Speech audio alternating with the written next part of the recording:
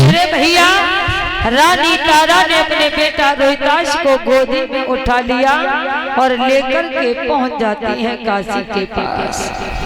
महाराज, बीच काशी में रानी तारा, बेटा रोहिताश,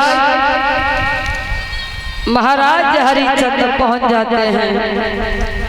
बीच चौराहे पर खड़े कर जाकर के विश्वामित्र ने खड़ा कर लिया और आवाज लगाई है, काशी के लोगों, 3 प्राणी यहाँ बिकने के लिए आए हैं। जिस किसी को खरीदना हो वो खरीद सकता है। महाराज, काफी लंबी भीड़ लग गई। वहीं पर कालू नाम का हरिजन आया।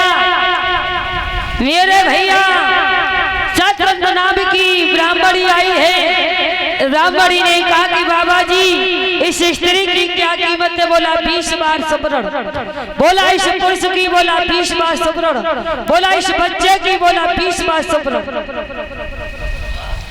ब्राह्मणी ने कहा बाबा जी, उम्र में तो बहुत अंतर है। बोला हाँ, उम्र में अंतर है लेकिन कीमत में कोई अंतर नहीं है।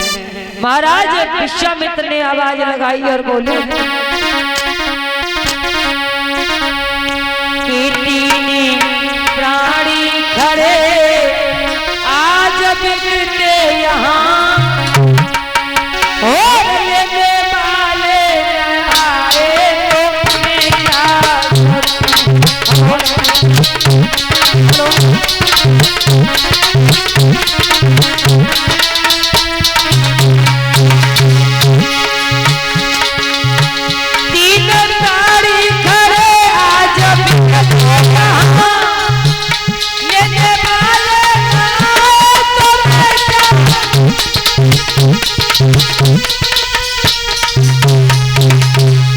लेने वाले नया है तो मैं क्या करूं?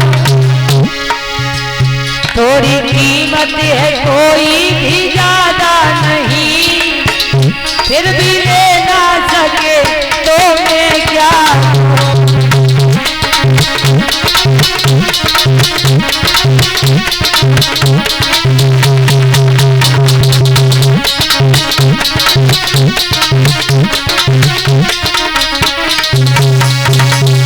कि 3 प्राणी खड़े आज बिकते यहाँ, लेने वाले न आए तो मैं क्या करूं? थोड़ी कीमत है, कोई भी ज्यादा नहीं, फिर भी ले ना सके तो मैं क्या करूं? महाराज, आज काफी लंबी भीड़ लग गई। ब्राह्मणी ने आकर के तारा को खरीद लिया। कालू नाम के मेहतर ने हरिचंद्र को खरीद लिया। अब तो केवल बेटा रोहिताश रह जाता है। बेटा रोहिताश अपनी माँ के मुंह की तरफ देखने लगा। आंसुओं की धार थोड़ी से लग गई। रानी तारा ने अपने बेटा की तरफ देखा। माँ बुरी तरीका से रोने लगी। बेटा को कलेजे से चुपटा लिया। रोहिताश ने कहा कि माँ, हम छोटे से दर ठोकर खा करके कहाँ जाएंगे? माँ, तुम हमें छोड़ करके कहाँ जा रही हो? तब मेरे भैया रानी तारा ने कहा कि ब्राह्मणी माँ, मैं तुम्हारे हाथ जोड़ रही हूँ, आप मेरे बेटा को खरीद लो। जितनी रोटी मुझे दिया करना, हम दोनों उसी रोटी में माँ और बेटे गुजर कर लिया करेंगे, लेकिन मैं तुम्हारे हाथ जोड़ रही हूँ, आप मेरे बेटा को खरीद लो।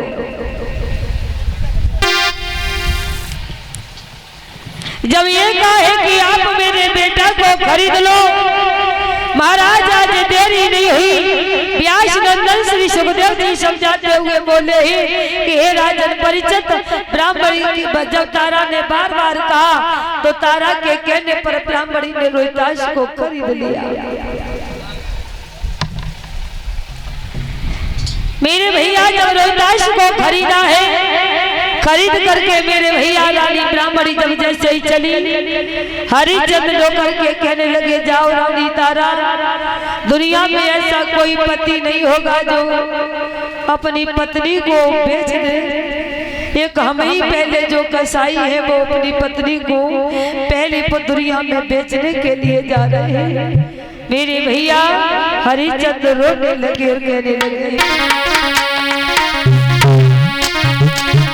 कि जाओ नर मरते मरते भी वो नारी को नहीं बेचते ही।